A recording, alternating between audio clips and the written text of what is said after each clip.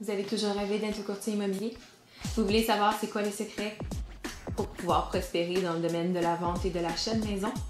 Alors, le jeu For Sale est pour vous. Donc, dans cette première capsule de jeu minutes, je vous présente le jeu For Sale qui se joue en 30 minutes de 1 à 6 joueurs à partir de 10 ans.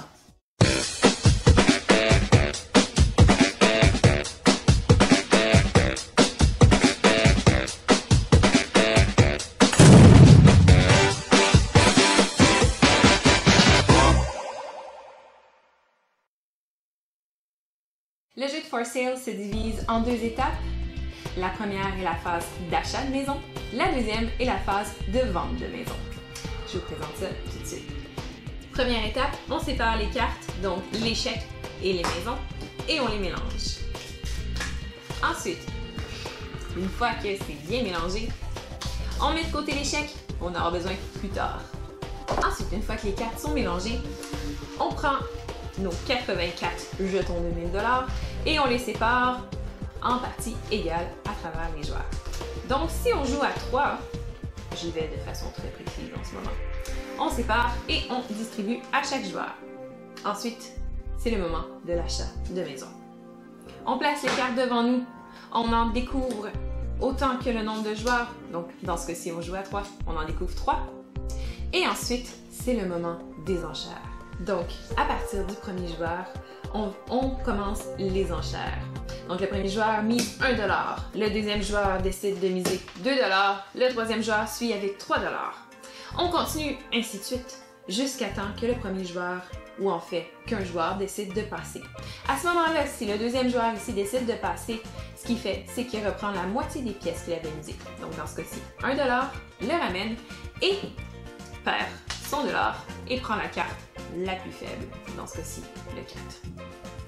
Ensuite, on continue le tour de jeu jusqu'à temps que tout le monde est passé, sauf le dernier joueur. Le dernier joueur perd tout l'argent qu'il a misé et ramasse la carte la plus forte, dans ce cas-ci, un 29.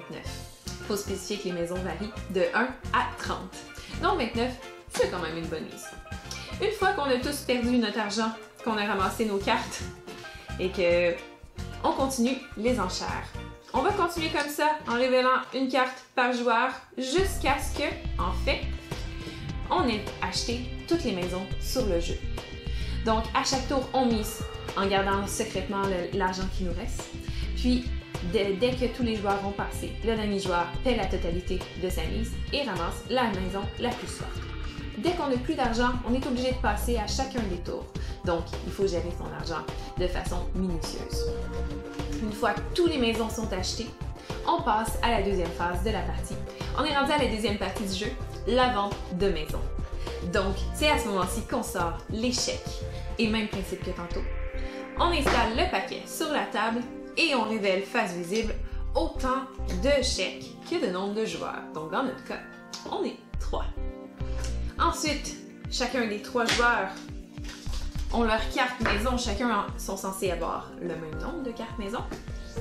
Donc, chacun des joueurs mise une maison secrètement selon la valeur des chèques qui sont sur la table. Donc, j'ai un chèque à 0 $, un chèque à 11 000 $ et un à 7 000 $. Je regarde dans ma main quelle maison je veux miser en pensant que les chèques varient de 0 à 15 000 $. Une fois que chacun a décidé quelle maison allait miser secrètement, on révèle les maisons.